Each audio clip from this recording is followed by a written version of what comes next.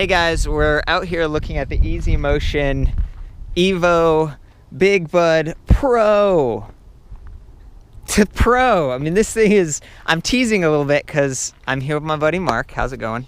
Back again. That's a high five. That was it. And we were just like, dang it, we forgot the little neoprene cover, because Easy Motion is one of the few companies that sell this little, it's like a little wetsuit for your down tube. That's where the battery is. Beautifully integrated, by the way. And that neoprene cover helps to insulate it because cold weather sort of saps your battery capacity. You don't go as far. And I always like to say you got to make sure the battery's warm before you put that on. But it does cut down on some of the wind and stuff that would hit that down tube. This is a really unique bike. It's like one of the only all-wheel drive, mainstream, big company electric bikes I know of. It is, yeah, absolutely. And it's got some awesome features to it. It actually transfers the power if it feels like there's some degrees of Let me just pick up where what Mark was trying to say is that there are several different modes with this bike. Okay, you can run it in all-wheel drive. You can run it in like eco mode, where it starts with the rear 350 watt geared motor and transfers to the front 250 watt motor just to maintain the speed. And you can see how that'd be more efficient, right? And then there's also what, rear wheel drive, normal. So yeah, but even beyond that, it actually has the ability to sense the degrees out of rotation of each wheel, and so it'll transfer the power to that It's like traction control. It's traction control. And that's in all-wheel drive mode? Yes. Okay, you're an expert because you used to work for Easy Motion, so he's helping to fill in some of the blanks that I occasionally leave open. I'm gonna hit some things that I do know. This is about $3,500. Not bad considering a lot of the other Easy Motion bikes, like the Cross here. This is $3,000. So for $500, you get an extra motor, but you get a smaller rear motor in terms of power. I know it looks huge because it's like fat bike specific, but it's 350 watts versus the new 500 watt. I believe these are both Dapu. Really, quality brand. You do hear them a little bit more. It's more pronounced because there's two motors going on.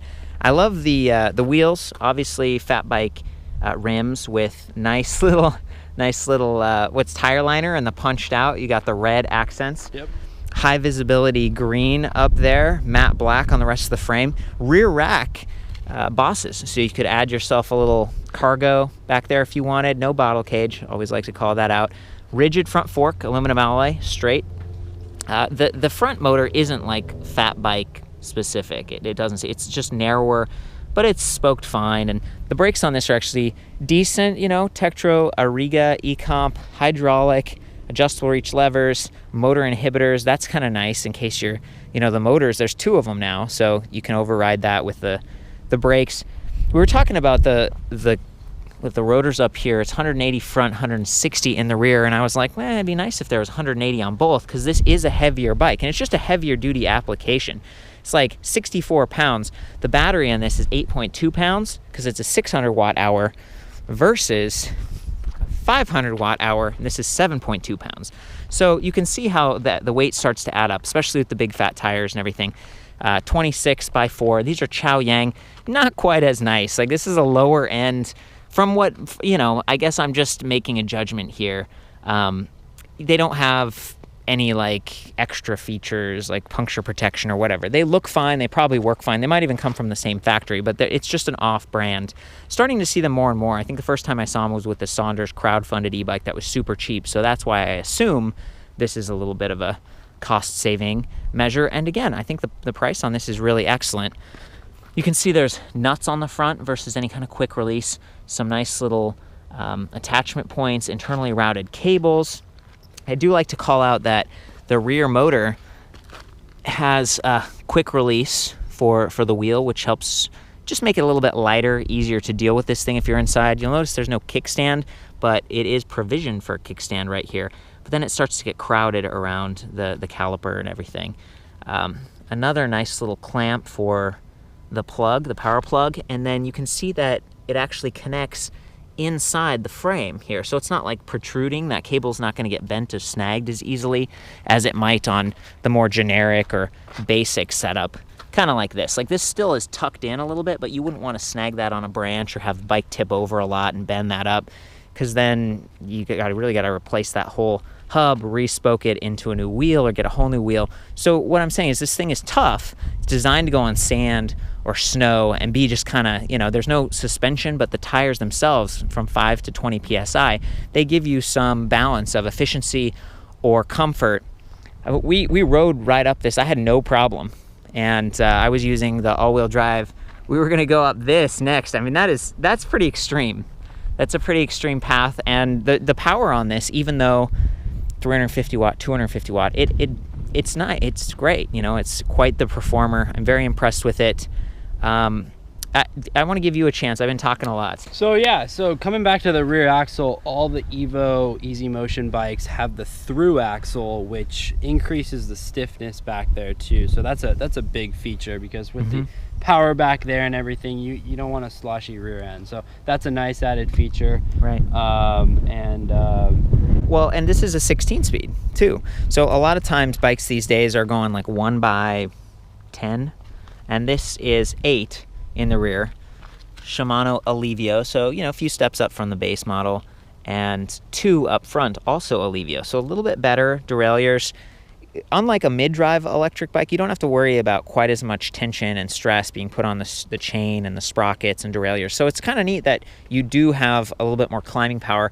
I've been riding this thing around, and I got up to like 22 miles per hour or something. Technically, it's 20 miles per hour on the website, but that's just kind of a fun little thing to note. This does not have a twist throttle like some of the Easy Motion city bikes do. I do like the grips here. Color matched, some accents. They are locking. What did you say that pattern was called, Mark? Oh, it's just like a knurled rubber pattern. So yeah, it's a great grip. Kind of what you tend to see on the higher end mountain bikes. Cellular rail saddle, 31.6 millimeter seat post. So you could replace that with a Thudbuster or a Body Float or the Suntour NCX suspension post. That's a nice way to add some comfort for those like myself who are a little, my neck and back get a little sensitive. Pretty short stem, appears to be just flat, 60 millimeters. The bars also a little bit more aggressive, like a really low rise, a little bit larger, longer. That's what you want. That's like real mountain biking setup. Some of the older Easy Motion bikes, I complain that like, oh, the bars are short, and it's just kind of like, feels like they recycled it from a road bike. Yeah, and that's, that's kind of more a Euro spec too. You kind of tended to see Euro spec bikes a little bit narrow shouldered. The Americans, we went a little wider with the mountain bike bars first. Okay, I'm gonna hop over to the other side again. I love that there's a slap guard neoprene down there. Pedals, they're decent, 170 millimeter cranks. And I suppose it's time to talk about the cabling and the charging and all that. So here's the key slot. There's a locking core there, keeps the battery safe and secure. And then there's a charging port right here. So you can charge the battery on the bike, which is really handy. But when you're doing that, make sure the bike doesn't tip over, because it could kind of get bent or busted. This is not a magnetic charging port where it just kind of pops off no problem. This is what the charger looks like. It's like 1.5 pounds, 2 amps, so it's not super duper fast. It might take a little bit longer to charge that higher capacity battery, 6 hours maybe. And there is a little dongle that we don't have with us, and that dongle is used to charge the battery directly. Okay, so what we're looking at right now is with it on the bike. I'm gonna go ahead and try to get the battery off. Mark, will you make sure it doesn't tip? And here we go. Maybe you can take that there. Oh, good. Sweet. So we're down here at the battery pack lock. We stick this in, twist it. Now you have to pull up, and I try to be careful with this because you can see that the paint gets chipped off, and then this is white underneath, and it doesn't look as cool. So when you pull up, just be careful not to hit this seat tube. Yeah, a little bit heavier, 8.1 pounds. You can see some of the markings. That's the other plug interface that I'm talking about. So there's just this little dongle adapter that you have to use that's fairly easy to misplace if you're not careful. And then a little battery charge indicator. Yeah, nice. So you can tell how full it is off the bike. No extra like fancy USB charging ports or anything, but there we go. It's quite clean the way this mounts and looks. It's definitely one of the prettier systems that I've seen out on the market today, and I really like that. You want to go ahead and pop the display on again? We're using this just to keep those keys in place. Got that. Nicely done. So it clicks into place really solid. Doesn't crowd the bars too much, and it has the integrated button pad that's easy to reach, so while you're riding like this, you don't have to take your hand off the grip. And that's really key, you know, especially on a bigger bike like this where there's more weight and you might be on unstable terrain. Oh yeah. Let's go ahead and boot it up. Do you want to go through this, Mark? Sure. Power it up. So press and hold center button. It's going to do its little power on self-test thing. It's good to have your feet off the pedals at this point because it is trying to gather some data from the rear torque sensor. It's a great point. So after that, we're booted up, and you can see the miles per hour. Right now we're on assist level 100%, so we're at full assist. This goes all the way down to 0. Just like a bike then. You're Yeah, just pedaling. exactly. A just heavy like a bike. Yeah. Heavy bike, and this doesn't have the throttle, so 0 is nothing. Okay. And the other really cool piece about this display is you can hold the minus button for a couple seconds and it backlights. And I think some of the other models have lights integrated. Some of the shops might be able to wire in lights. Yeah, so I believe they have a wiring kit where you can actually hook it up to the controller. We do that in the shop, and we can outfit the front and rear with, you know, either a Bosch and Mueller or Spaninga or any of the various integrated electric bike lights. Yeah, well, and Mark runs a shop now called Recycles right here in Irvine. And what's your website? ebikesupply.com. ebikesupply.com. Yeah, it's been fun kind of hanging out and getting your perspective on all this as kind of an expert and now someone who carries a variety of brands. Yes. So coming back here, we've got speed up at the top left, battery indicator 5 ticks, and percentage. I like the percentage personally. It's a little bit more, it's just precise. And then if you press the power button, it cycles through sort of total and trip stats. So it's like total distance, total time, total average speed, and then trip, time, distance, average speed. And then there's this other thing in here that's really cool. It says like M to go, like miles to go, I guess, or meters. I don't know. And can you tell me about that? Yeah, so that's miles to go. So it's literally a distance till empty feature, just as some of the other mid-drive Yamaha Bosch bikes have. That'll actually learn, it has some logic in it, so it'll adapt to your cycling, your riding style, and it'll give you, you know, a more accurate indication of how many miles to go. Yeah, that's cool. It's nice even if it's just a kind of a guesstimate, that it's going to give you some feedback.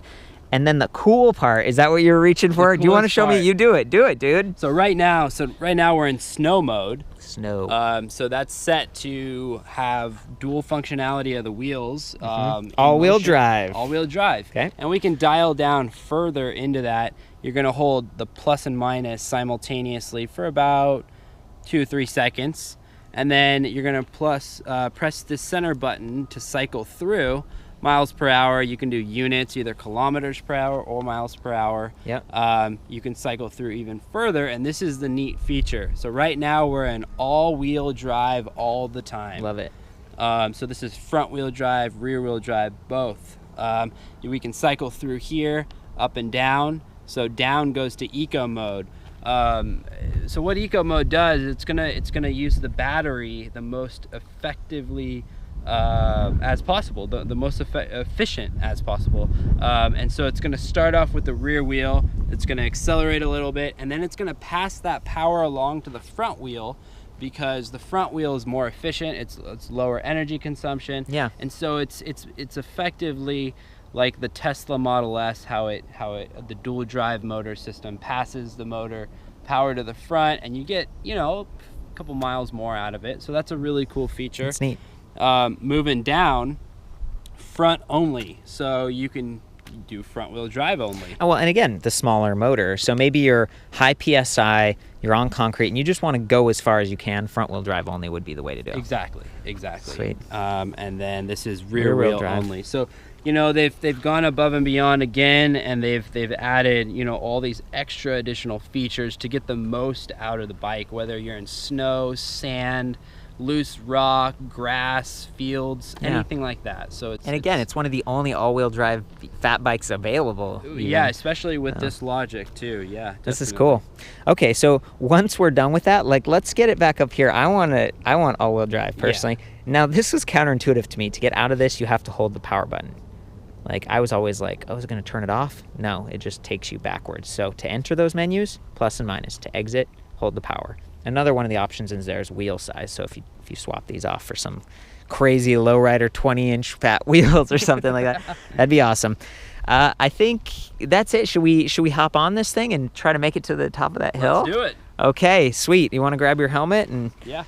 so I'm going to start riding up this, and then we might trade off. It's always fun trying to ride with one hand. I'm going to try to give you different perspectives. I'm going to take it up without pushing on the cranks to level 100%. And then you can hear it grinding a little bit.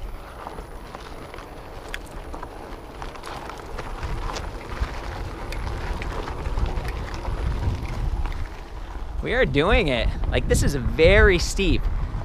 And without that traction, whoa boy, I could feel it like slip in a little bit occasionally. Oh boy. Ugh. I failed. But I think that was based more on me than the bike. And you could see that one was totally spinning out. That doesn't even have knobby tires. No, this isn't the thing to ride up a hill. No, you did a really good job. And just to give you, I know it's hard to tell with like a wide angle lens, but this is very steep. Whoa boy. I mean, the bike is sliding backwards. That's how steep it is. That was pretty phenomenal. I'm very impressed with how well this works. You know, the first time I heard about the motor being 350 in the back, I was like, why not 500? But I think for weight, efficiency, and cost savings, they made a good choice. I might, can I pass this off to you and you can go back down and climb up with the bike? Yeah. Yeah, there you go. I don't want to pass the camera. I want to see you ride this thing, man. And I did lower the PSI just so it would be more comfortable and you get that better traction. That's going to be especially important if you're in snow or sand.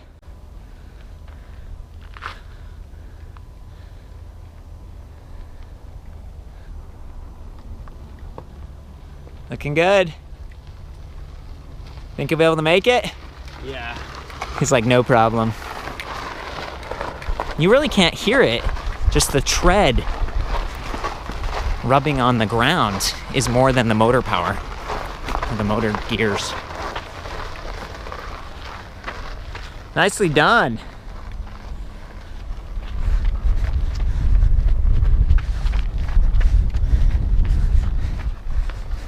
High five. Whoa, shit.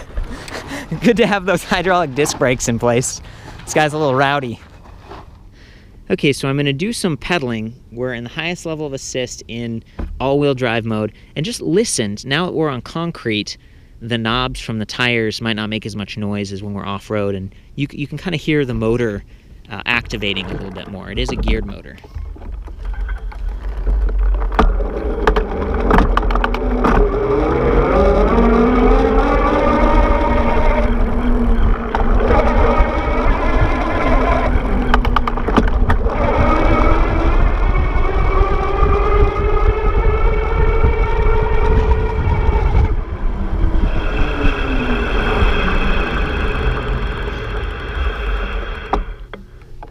There was that 22 miles per hour I was talking about before. You can see that the torque sensor is a little bit delayed. It starts really, really smoothly and pretty responsively, but then it lags a little bit at the end. And I think they did that just to smooth things out so it wasn't like on, off, on, off.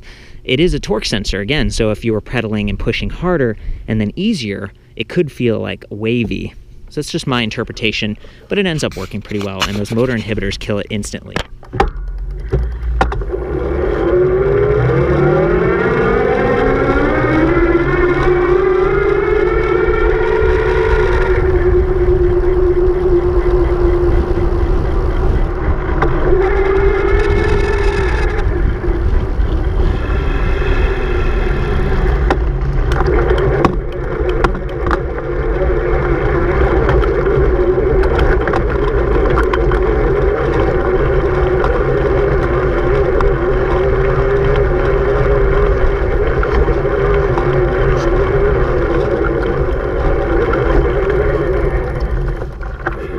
Very cool. Transitioning from concrete to dirt, you know, I could hear this slipping a little bit more and kind of grabbing.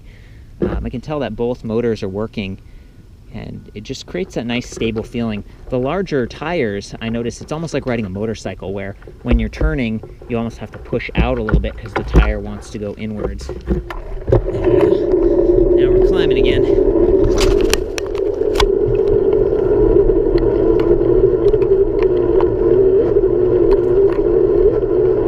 Yeah, I can hear it grabbing. Back on that really steep section. Doing great. I can shift down right now too without worrying too much about mashing the way I would with a mid-drive. I'm glad you survived, man. That was pretty treacherous. Yeah. Had fun shooting this in an actually decent location since there was no snow today. Extremely steep. Yeah. Yeah, a little bit winded there. Yeah. For all the specs on this, it does only come in one size. They said 18-inch. I measured the seat tube at about 17 inches, so you do get a little bit lower here. Decent standover height with the angle top tube. For all those dimensions and stuff, see you back at ElectricBikeReview.com. Again, thanks, Mark. I appreciate appreciate your help today. Absolutely. And of course, ride safe.